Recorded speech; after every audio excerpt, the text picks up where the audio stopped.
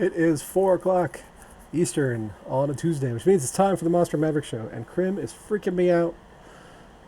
You're, she in the Discord, she posted a skull right when I started playing the theme song. So I thought, oh, the audio is not working. But I checked the audio before the show for once, and apparently she's just screwing with me. So okay, I accept it as part of the deal with hosting shows on MSP Waves is that your audience, makes fun of you, and makes up different memes about you. So I've accepted it. I I know that this is part of the package. And Krim says that skulls are her brand. That's okay. If you guys haven't checked it out, so Krim actually has two shows on MSP Waves, one on Thursdays and one on Saturdays. So one's like all metal music, and the other is more technology, Hive, and all that kind of stuff. But the thing you should check out is her live stream setup is awesome, and I need to kind of up my game there because you can watch my stream. It's on mswaves.com. You can look at the video there. You can watch it on Theta and on Vim. But it's definitely not up to her level. she's got like live broadcasting on YouTube, and it's got like custom skins on the comments and everything. So I'm definitely have room for improvement, let's say. I'm still trying to get my green screen to work with my lighting. It works fine in Zoom, but on OBS, it's just not quite there. You can still kind of see the screen behind me. But that's how it goes. So, yeah, it's been another week, and I apologize to all my Aussies who listen to the show because I still have not uploaded last week's episode for the replay. I will do that. After today, and I'll upload them both so that people can peruse at their leisure.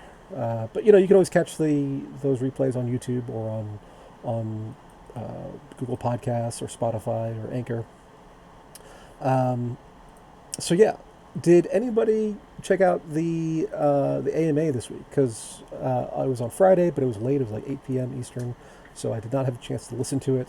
And they have not posted the replay, so I don't know what they said, but I mean, I can guess it's kind of the usual stuff. But if anybody had specific things from there that they wanted commentary about, let me know. Otherwise, we have our usual kind of housekeeping stuff.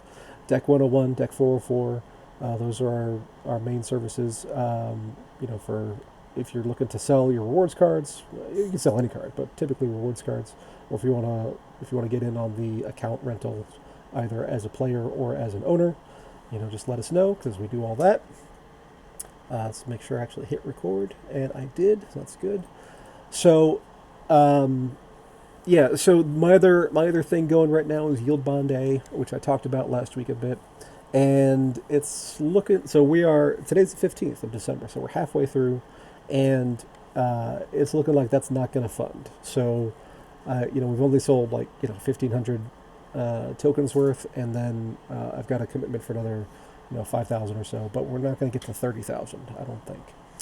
So anybody who bought Yield Bond A, we'll probably do a refund at the end of the month. So just be on the lookout for that.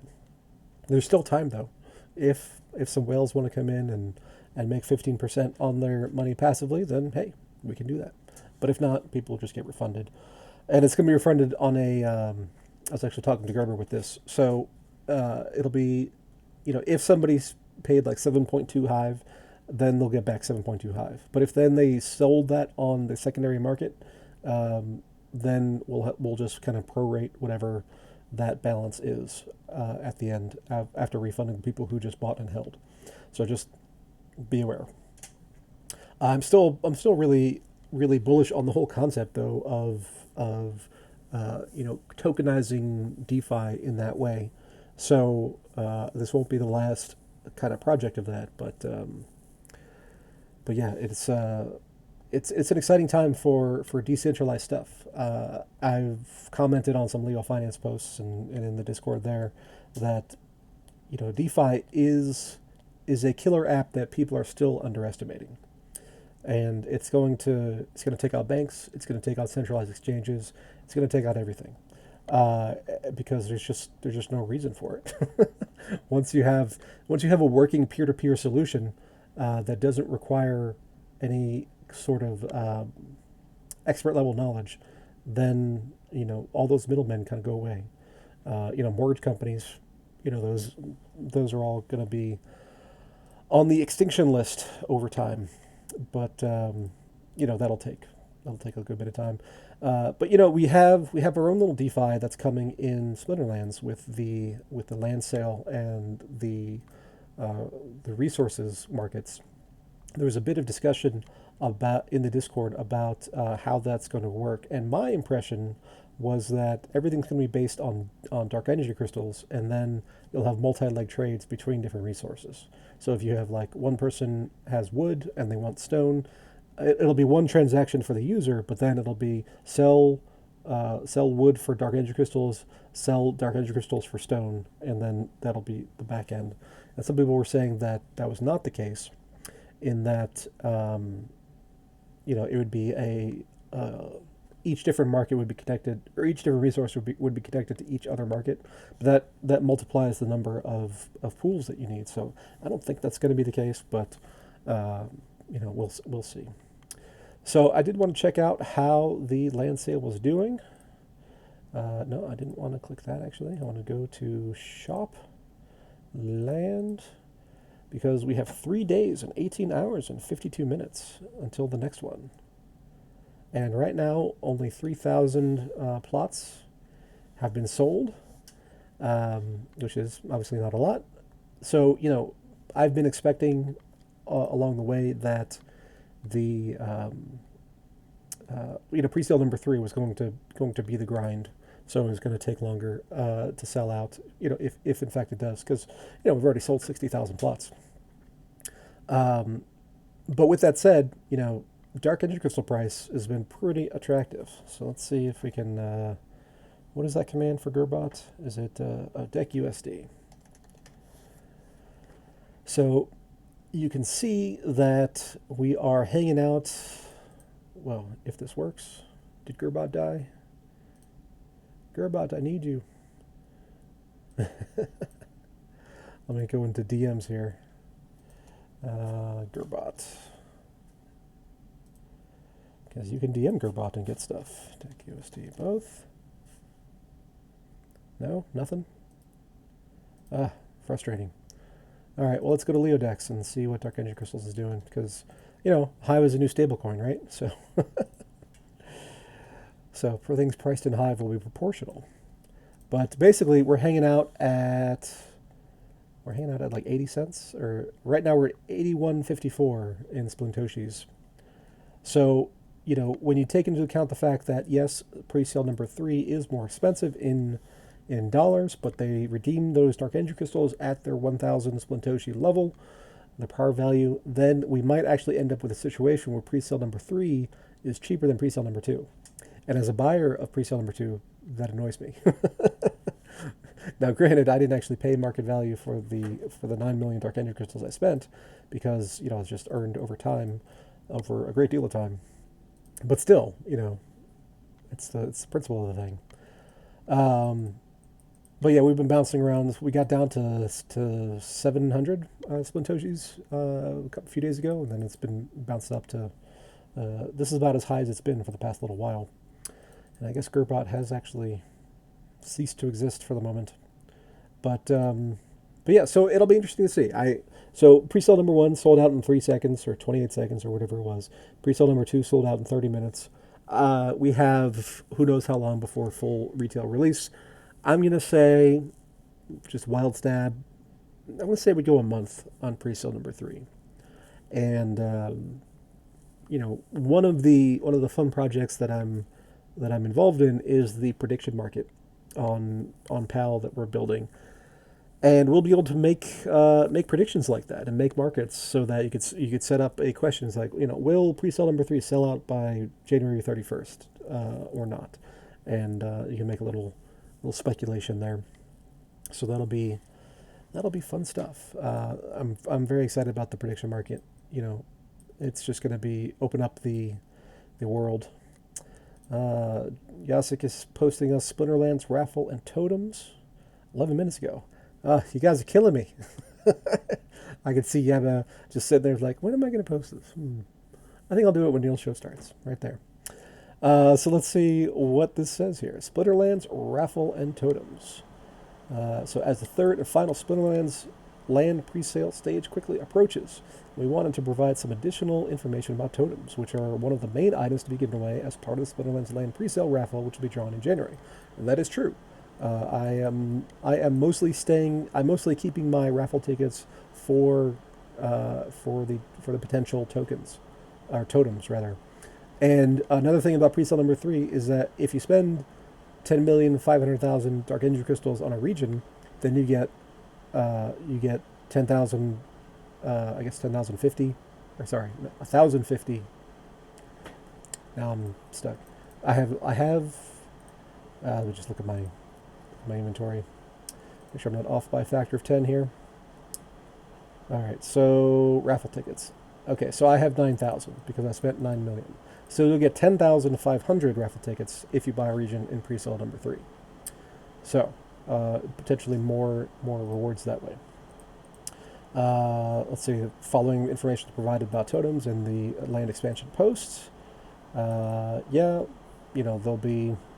So each totem will provide one very specific type of benefit. For example, may speed up Death Splinter item card minting time, increase the rate of Sparkstone harvesting, or reduce maintenance cost of a farm building. Totems will have common, rare, epic, legendary rarities, with more rare versions giving larger benefits. And initially, totems will only be available as prizes in the Splinterlands land raffle. And then over time, they say they're going to add other ways. Okay, so back to the article here. The raffle will give out a total of 31,200 totems as prizes. 25,000 common, 5,000 rare, 1,000 epic, and 200 legendary. And, we went through some of the math on expected value last week of, a spreadsheet I'd put together. Let's see, the totems to be awarded in the raffle were recovered during some initial scouting expeditions to Pretoria as the 3 exploration companies prepare to fully chart the new lands. They don't yet know what each totem does or what benefits they provide, but they are able to tell how rare and how powerful they are by measuring the amount of magical energy that emanates from them. This means that when the raffle prizes are awarded, players will only know the rarity of the totem they receive. At that time, the totems will be represented by 4 fungible tokens, 1 for each rarity, which can be transferred in-game and bought and sold on the Hive Engine Exchange. Once the land expansion is released, the totem tokens will be able to be traded in for individual totem NFT tokens, which will then reveal the exact amount and type of benefit that they each provide. So this mechanism is very similar to the actual land plots themselves, where you have a plot claim or region claim, and that's just a generic fungible token, and then we trade that in for the specifics of whatever it is when that functionality is developed. Additional totems. While the initial scouting expeditions were able to recover a significant number of totems, a review of ancient texts about the land of Pretoria has revealed that the recovered totems account for approximately half of all the totems that existed. That's good to know. So, you got to factor that into your expected value. If another, call it 30,000 are out there. Scholars expect that there are around 30,000 to 50,000 additional totems still scattered across the lands, which may be discovered over time by the new landowners as they work the land to mine and harvest resources. Based on the age of the totems and the level of volcanic and seismic activity in the area, many totems may be buried deep underground, and they expect it will take years for all the remaining totems to be discovered. Overall, this means that at launch, assuming all available land plots are sold, there will only be enough totems in existence for about 1 in 5 plots to have one, and obviously far fewer will be able to have rare, epic, and legendary totems. Even after all the totems are discovered, it is expected that there will only be enough totems to cover roughly half of the available land plots, and only around 500 of them will be legendary. Also, please note that there will be an additional 22 legendary totems given out to players who participated in the first land pre-sale region lottery and were not chosen as mentioned in this other post. These totems are expected to be awarded shortly after the raffle drawing is completed. So I'm one of those. That's pretty exciting. So I'll get at least one. Let's see, totem in-game value. While we cannot speculate on a guarantee that the totems will have any value outside of the game, we can offer in some insights into how totems will be used and what value they may offer to landowners in the game. As mentioned previously, each totem will be a boost to a specific type of resource or other aspect of production on the land. This means that there will be 200 legendary totems in total to start. There will be far fewer legendary totems that give a boost to Virtulium, or Virtulum, probably Virtulium, I don't know. The main component used for life splinter item and spell crafting, for example. The same goes for totems of the other rarities. Let's assume for this exercise that a legendary totem will double the base production rate of a specific resource. That would mean that having a legendary totem on a plot of land is effectively like having two of that plot. And this is the same mechanism I speculated about in my post. Even a little better, actually, since you won't have to build and upgrade two buildings or have double the monster and summoner cards to work it. If it's just a basic common plot, that may not be a big deal, but what if it's an overflowing, which I guess is the new name for legendary, plot with magical resource such as Virtulium? This is effectively the land plot equivalent of a gold foil legendary card. If you have a legendary totem on that plot, then it will be as if you have two overflowing magical land plots. From that perspective, each totem can be considered to be worth at least the same value as the best, most rare, highest production plot of land on which it can be used. So that is an interesting argument. So when I did my math, on that spreadsheet, I did not factor in differences in the actual plot production capabilities. So, if you have a common plot produces, 10 sparkstone a day, then, a legendary might be 50 or it might be 100, depending on how they scale things. So then if you are have a legendary totem on that, then you go from, going, instead of going 10 to 20, you're going from 100 to 200. So, there is potentially a lot of value there. Now, with what they said, though, there's going to be 500, well, let's call it 500, of those legendary totems. We don't know the rarity splits for the land plot classes. We do know that there will be some and that they will be analogous, but we don't know that it's going to follow the same, the 0.8% drop rate for cards. So, that's a bit of an unknown. So you got to figure we have 150,000 plots in Pretoria. So let's say we have 150,000 times, if it's 1%, then we have 1,500 of those legendary style plots, and so a third of those could potentially have a legendary totem, at least over time, when those get discovered.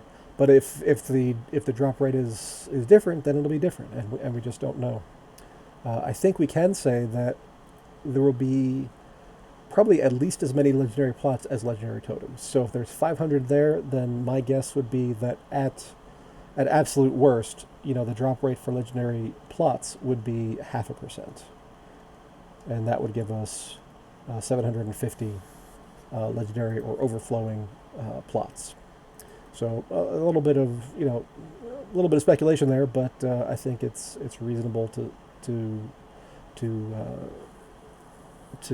proceed along those lines.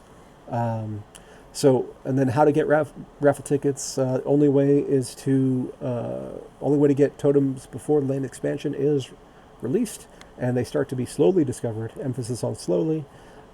Is to participate in the upcoming Splinterlands land raffle. There are two main ways to get the raffle tickets. The first is by participating in the land sale. One raffle ticket per every dollar spent. This applies to purchases made using both credits and Dark Edge Crystal tokens. I don't think it actually says here, but the other way is just to buy them on the market. So the final stage of the pre-sale will be this Saturday, the 19th. But you can enter the lottery on the Splinterlands website right now to make sure you get your chance. So, enter now, buy more, and all that kind of stuff.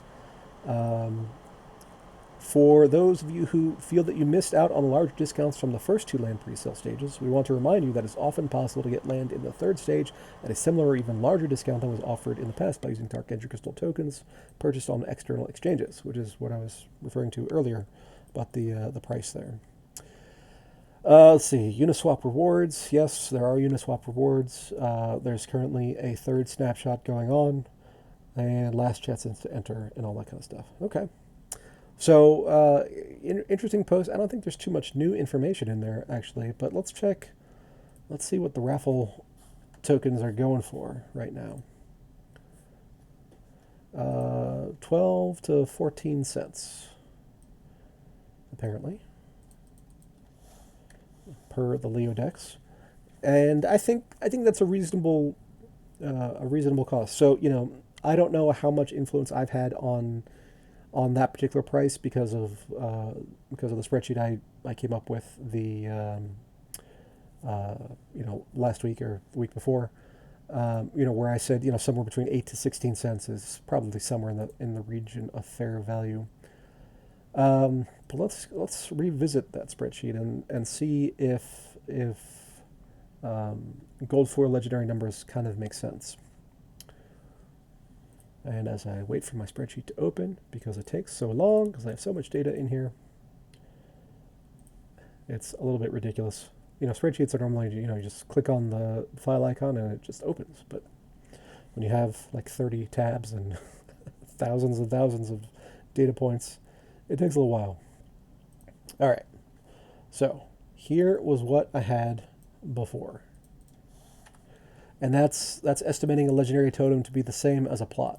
But if we're saying it's a legendary plot and the legendary totem is going to be priced based on that highest and best use, which is a sound principle from appraisal, what happens if it's $50, right? So now, all of a sudden, let's make this. What should the ratio between legendary epics and rares and commons be? Why can't I hold all these data? So let's make them a bit more exponential. Let's say 10, 5, 1. So now, let's see, raffle tickets, EV, prizes. That doesn't change things too much. We're still in that 16-cent range. So, yeah, I think that's reasonable. The the thing with EV though, and I tried to make this point in my post on the subject, was that yes, it's a mathematical average, but because things are so lopsided here, so like the one region is $15,000. That's 10% of the total expected value of the raffle prizes. So when you have that kind of that variability in the distribution, then it really skews things. So right now the market's between 12.8 cents and 14.4 cents. I think that's a reasonable discount to account for that. So, one of the things that's amazed me about Splinterlands ever since the beginning was it's how efficient the market actually is and how well everybody coming together and trading really discounts the marginal cost of things as well as the expected probabilities of everything. So it's just kudos to everybody who buys and sells, so that we know how things are valued. And I know Agrid looks a lot at the market, the secondary market for the cards, to see kind of what's doing well and what's not. The thing that people have started to consider is all those monsters and summoners that need to work on the buildings. Again, we don't know the numbers. We don't know how many monsters, how many summoners, what levels will be required for all that kind of stuff. But more than one and more than level 0 most likely. So there's going to be a lot of optimization that needs to be done once we get all the details. So people have been starting to buy up like all the rusty androids, all the cheap cards. So let's go ahead and look at. There's my brave ad. Let's go ahead and look at. Let's look at everything in terms of what is cheapest on the market right now. Let's just look at commons because obviously that's going to be it. So basically, we have a lot right at 1 cent. We got the barking spider, the flame monkey, the nectar queen, the phantasm, Rex, wave runner. Those are all. Warrior of Peace also is all at 1 cent. And then it goes a little bit up from there. So by the time we get down to the jelly, Here we're up to 1.8 cents, and those are the cheapest things going. So, obviously the rewards cards, they, while they're in print, they have lots and lots of supply, so they always have low prices. But Ed and Spearman is out of print now, and still just barely hanging on to burn value. In fact, in Deck 101, we have a lot of Ed and Spearmans, both regular foil and golds, and it's basically they just build up until we burn them, and then that's kind of it. Um, so but people are speculating now, and they're looking to get in and buy these cheap cards with the thought that they'll be able to be used and staked in the lands. Um, I don't know. There's a lot of cards out there. We don't know how much or how many cards will be needed. We don't know how many BCX. Will that increase in demand, be sufficient for the high supply of these types of cards? I think it's a little bit of a gamble. Personally, for me, what I'm doing is, well, I'm not buying right now. I mean, obviously, I have a lot of cards. I'm if you discount aggro, I have the biggest collection. In fact, he sent me a DM the other day because I guess he was checking the SM Voter Hut bot, and he did the top 10 collections, and mine had crossed the 100,000 line, which is mind-boggling. But you know the way his or the way SM Voter Bot does it, or Voter Hut, is basically based on the asking prices rather than the market prices. Peak Monsters is a lot better in terms of market price, so that's what I tend to use. But still, it's creeping up. I was checking it today. I think we're at 85. Let's do compute. Gotta wait for it to load. Oh, 86. Look at that. And I've even sold some of my gold dice and everything because I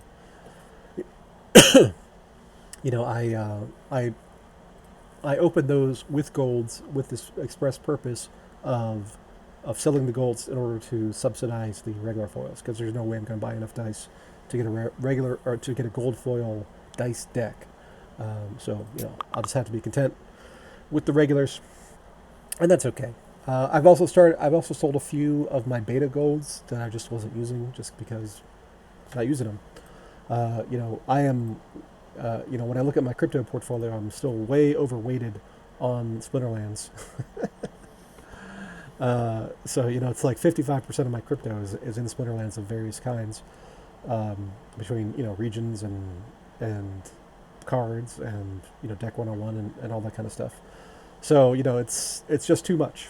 So what I've decided to do is to slowly rebalance, over time, and basically I'm taking my Splinterlands earnings and putting that into DeFi, yield farming. You can't consider yourself a top tier player without a gold and a regular foil deck. There's some truth to that, but that's okay. I've accepted my lot in life to not have a maxed gold foil and a maxed regular foil deck, just because as the additions increase, it's just it's a lot. And I have so many cards that are staked in the game as far as working and on deck 404 accounts that I just don't want to be tying that much up in gold foil. So yeah, Neil is dumping. Panic sell.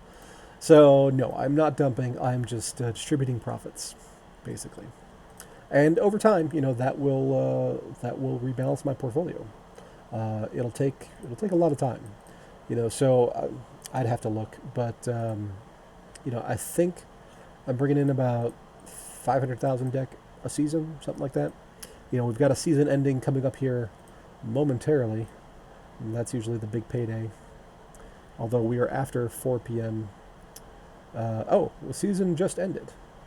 All right, let's claim rewards live on air. See what happens. I only made it to Champion 2 this season. I missed a couple quests. I missed a couple days, and that didn't quite make Champion 1. So here you can actually see my terrible luck. Let's see, what do we got here? Got potions, got some cards, which is nice. Nothing big in the crystal department yet. All kind of commons and rares. Oh, got an epic. And, you know, if you're not watching the video, then you should be, because it's way more fun. Got a gold warrior of peace. You know, back in the early days, I took many videos and screenshots of pack openings, and you know, it never did too well. But I got 2 untamed booster packs. That's another thing. I have like 500 something untamed booster packs still sitting in my account, just accumulated from rewards like this over like however long. How long's untamed have been around? We're over a year now. Not even sure. But yeah, nothing great. So my bad luck continues. So it's statistically reliable that I just don't do well. But you know, it's still fun. I still like to play my quests. You know, I typically play very early in the mornings, so I got $1.92 worth of cards. Great. So you know, I'm usually playing against the Koreans because I'm at like 4 a.m. Eastern time. Um, but you know, if and when my kids might be awake, you know, like if I postpone it to 7 or 8 or something, you know, they really enjoy the card flipping process. Uh, let's see what else we got here. That should be about it. Yeah, there we go. So, I mean, technically, you know, there's a 2% chance of gold. So I might have exceeded that slightly because I got those 2 gold Warrior of Peace. Warrior of Peace is actually a great card, but I got 2 of the untamed booster packs. There's a 1% chance of those drops. My Dark Energy Crystals, though, I mean, I have this one that's 287, but that's otherwise it's kind of terrible. You know, I have accepted my lot in life as far as random number generators. Oh man, but let's go. What I like to do is I like to go over to Peak Monsters and move everything to my holding account with um, the bulk transfer functionality that they have. Which before before this was a thing, this was much more difficult. So I just say not delegated, and yeah, Peak Monster says $1.94. So yeah, that is the way it goes. Now I did get some dark energy crystals there, but that's only going to be $1. Not sell. That's not what I want. I want transfer. Neil.cards, which is my holding account. So I set that up before the active key was required to do transfers of value. But even with that, I kind of like having the cards in a totally separate account and just delegated to my playing account, just because it just makes things so much cleaner. As far as worries about security and that kind of thing. So the active key requirement is nice, but things happen. So I like having it on a totally separate account. Downside is you gotta have another account, you gotta delegate hive power and all that kind of stuff, but worth it for me. So let's go back over here, deck 101, and let's see. Let's check out Monster Market, analyze rewards, and see what we got here. Neil McSpadden, and we'll do that. Let's do quests, analyze. So I got 843 Dark Energy Crystals in that reveal, and 1815 crystals worth of cards. So not great. But what are you gonna do? Anyway, if you haven't used this tool, it's pretty cool. Monster Market. They've got another couple tools that are great, like the cost estimator. So if you want them to put together a diamond level account with Untamed and Dice, to compete in some of those tournaments. And let's say we use, let's say we do everything except Earth. Exclude. Well, no, for that we need everything. So let's calculate the cost. And then just spits it out. Costs about 3 grand. Which is a little bit surprising because back in the day, before Untamed, beta decks cost about 3 grand for a similar level of performance. But, the burn value of beta is much higher. So, it's interesting that the market value has been able to maintain a little bit in that regard, performance-wise. I hadn't actually looked at that before. Another thing I like to do, especially now that we have a season end, is to take a look at the hivedata.space stats. We got battles here. Battles have been pretty steady. We got that. Let's look at users, though. Users is my jam. They are the things I want to know more than anything else. So we haven't really developed the spike for the season end just yet, because people got to claim their rewards, and then all the selling accounts come on as far as dumping the rewards cards. But I think you could call that a small uptrend, from the previous season. Let's see, we're looking at 59.79 as of yesterday. So that's pretty nice. The previous season high was at 59.29, looks like, and or 59.45 possibly.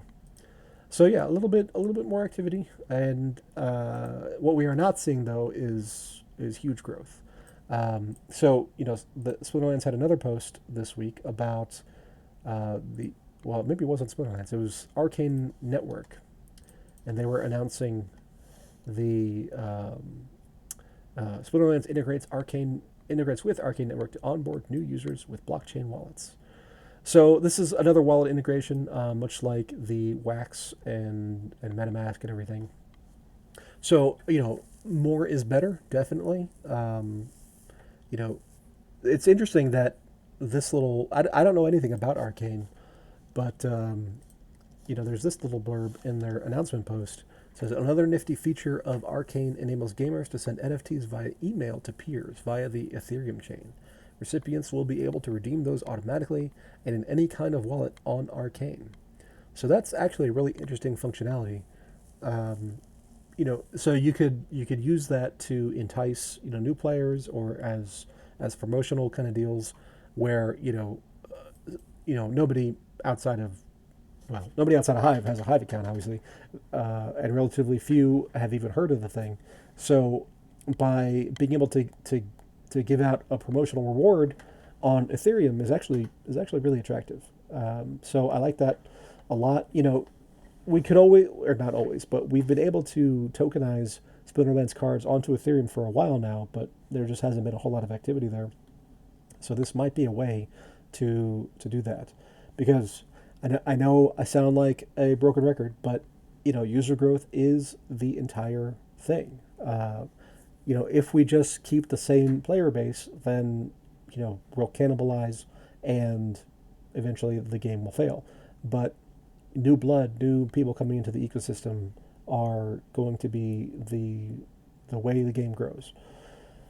So, it's good to see that even though it's small, we still have an uptrend here in total active users, and so I'm a fan there. Purchases. Let's just look at booster packs here. Let's get rid of dice. Get rid of all packs. Oops. So we have a nice little uptick there. How much of that is new players? It's hard to determine. I know Agrid had said 400 something new players bought a spell book in November, so that's nice, and some portion of those will go. Most it's always Pareto, so it's always 80-20, in that the vast majority are going to spend little to nothing, and then those are your free users, and then the ones who upgrade to a paid, then even within that, it's going to be an 80-20, depending on people who buy enough to compete in like the novice, bronze, or silvers, versus those who want to invest in the game in order to play at the higher leagues, the golds and the diamonds and the champions. So, you have to expect that. But a few of those kind of whale types could be responsible for just for these levels of booster packs being sold. So that's a good sign to see. And we're coming up on Christmas time here.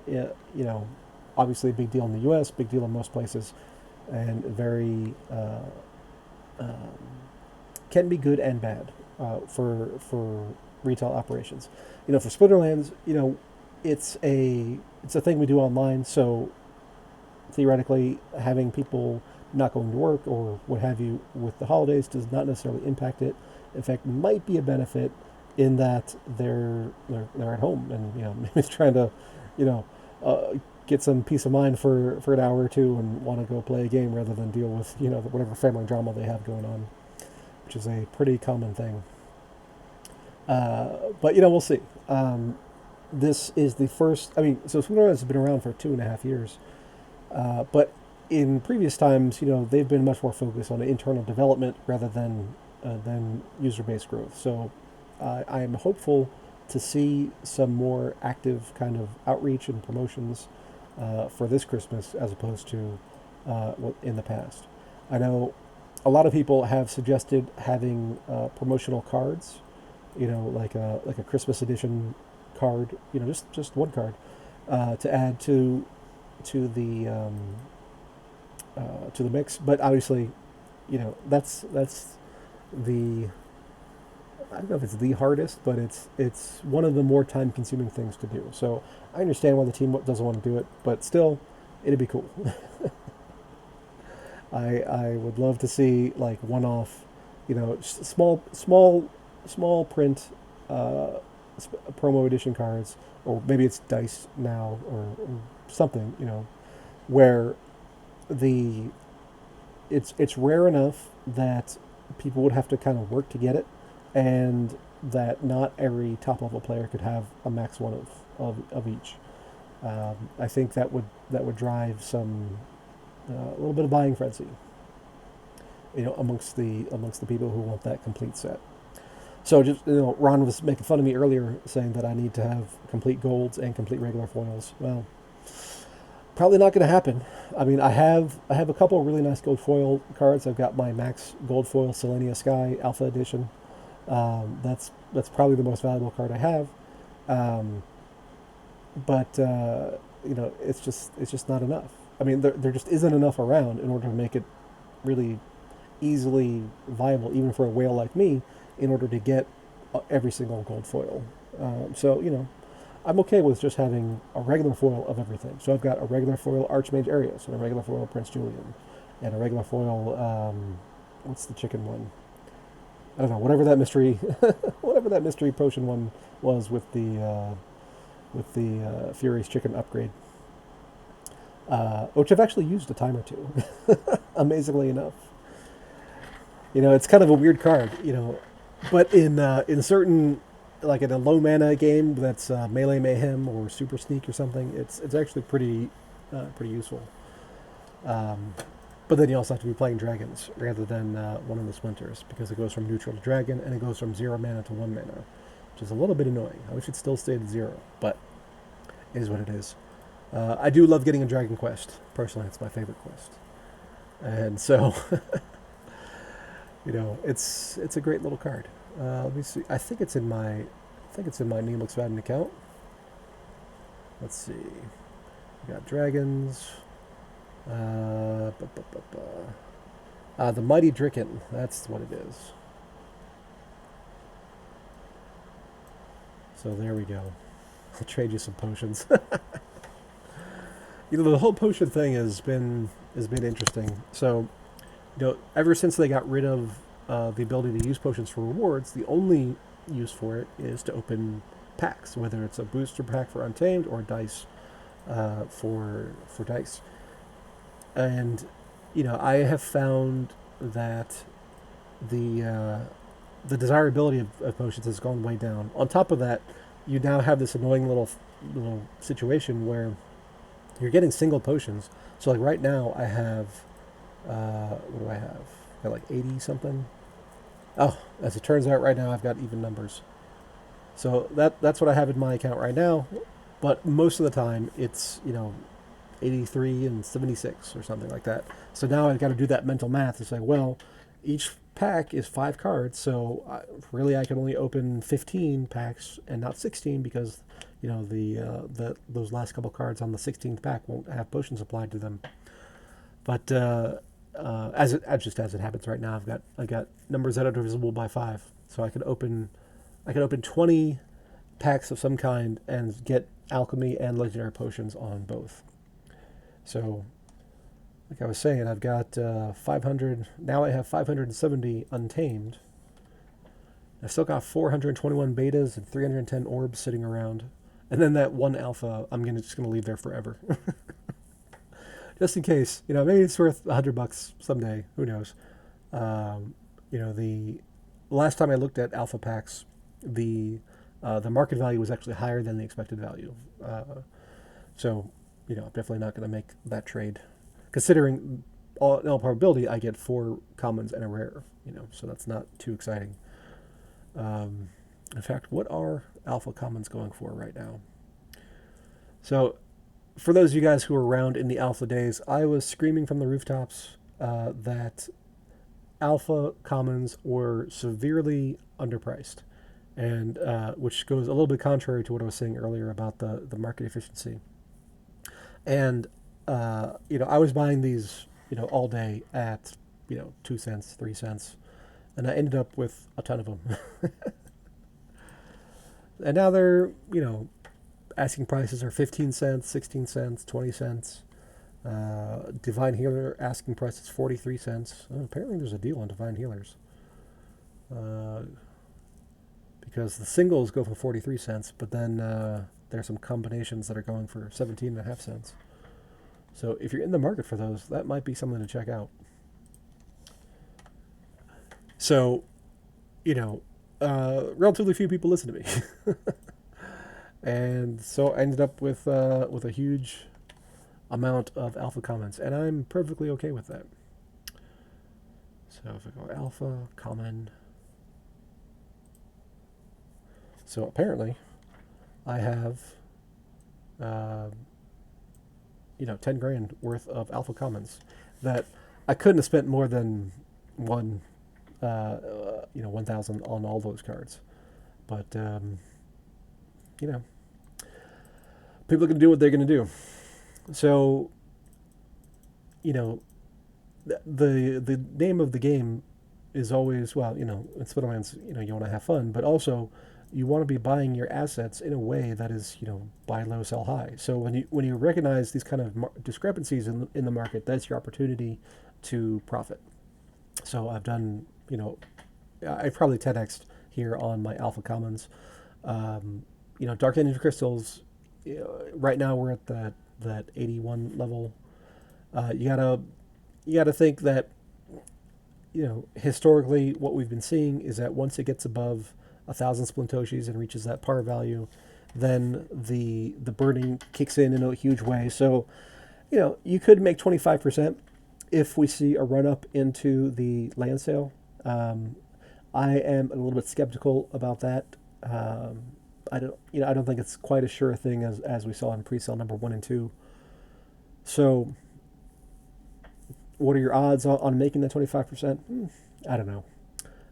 You could make less than that, like a 5 or 10% gain, almost certainly. So that might be something to consider. But one thing I was thinking about the other day actually is the downside of dark energy crystals. So, we have an upper limit of about $4 per thousand or 4,000 Plantoshis, because at that point it actually becomes cheaper to buy packs with credits and then burn the cards that you get, because the dark energy crystals will be worth more than the $2 or $2 retail and $1.74 bulk discount per pack. But on the other end, we have the actual secondary market cost of a pack. And so if we go to I like Peak Monster's little calculator here. So we have market values of a raw pack by itself is 85 cents. Or sorry, expected value is 85 cents, and the with potions is $1.43. So $1.43 is actually much better than what we've seen in the past using both potions. So that is a little bit of an uptick, which is nice to see. But that's going to set your lower floor on dark energy crystals. So if you use those dark energy crystals to buy packs, then you get $1.43 of value. So if we do a 575 purchase here, so that's going to cost 1,000,000 dark energy crystals, right?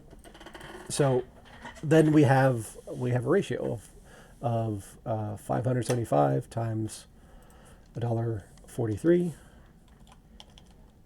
$1.43. So that's $822 of USD value. So then we have 822 divided by 1,000,000.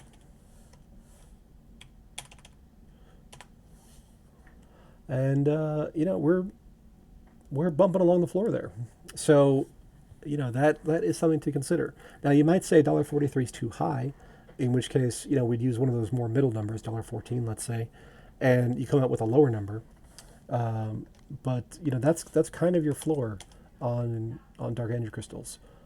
So if we do it at $1.14, then we come out with a number at 65, 655 Splintoshis. So somewhere in there is your floor. You're not going to get much below that, as long as the market values for the cards hold up. If the market value of the cards were to dump for whatever reason, then that math shifts. But whenever you're doing any kind of trade, you want to think in those asymmetric terms. If you're near that support, like we saw in the past week or so, we dipped down to I don't think I saw it in the 60s, but in the 700, 710 Splintoshi range, that was definitely available, and people bought it up, and now we're at 810 or whatever it is. So if you have limited downside and large upside, that's an asymmetric bet, and that's what you want to be doing in trading. And that goes for dark energy crystals, that goes for stocks, that goes for Splinterlands cards, raffle tickets, and everything else. So I mean, if you can get raffle tickets, at 8 cents, which discounts totems entirely, then do that. At 16 cents, you're probably fair value. But between 8 and 16, if you're at 10 or 12 cents per raffle ticket, you're probably doing okay, and that gives you that asymmetric upside.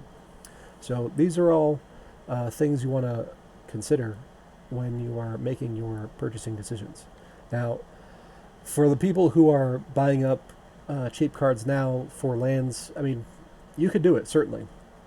I don't think commons prices are going to get too much lower, so there is that. But you're also going to have to wait however long, a year, before lands is fully implemented and these cards are stakeable. So I would say if you're going to do it, at least do it in a way that allows you to build out teams that, so like what I do, with my excess cards is I put them in a deck 404, and then they're productive for me, as opposed to, just buying and letting them sit there. But all that said, everything in crypto can go crazy. So the one thing we always have to keep in mind is what is going on with Bitcoin. Because if Bitcoin breaks that 20,000 and shoots up, gains that mainstream attention, then all bets are off, because then the fundamentals cease to matter as all that hot money comes in. And right now we are at 19,425, which is pretty good. And people have been asking, when are we going to break 20K? When are we going to break 20K? And my I've realized that it's going to be when everybody's given up on it. Krim says, "Cat's voice in my head. The market can stay irrational longer than you can stay solvent." Yes, that is the one thing that John Maynard Keynes got right. Is that that is certainly the case. So yeah, the Bitcoin is, I think it's going to bounce around, hitting into this resistance at 20K. I know in the Pulse Discord, got a lot of people who watch crypto prices, and Dracos, who's among other things, is a witness on Hive. He has been posting the whale watch of Tether movements, and apparently today a bunch of Tether has moved off of exchanges and into the Treasury. So when that happens, typically it's a decent correlation that the price of Bitcoin falls, in that people have already sold their Bitcoin and now they're taking their USDT off the exchange in order to cash it in, theoretically, with Bitfinex. So, you know, will we see another little dump here? Entirely possible. I think we're just going to see this back and forth kind of motion until people get sick of it and stop looking at it, and then we'll wake up one day, it's like, oh, Bitcoin's 22,000.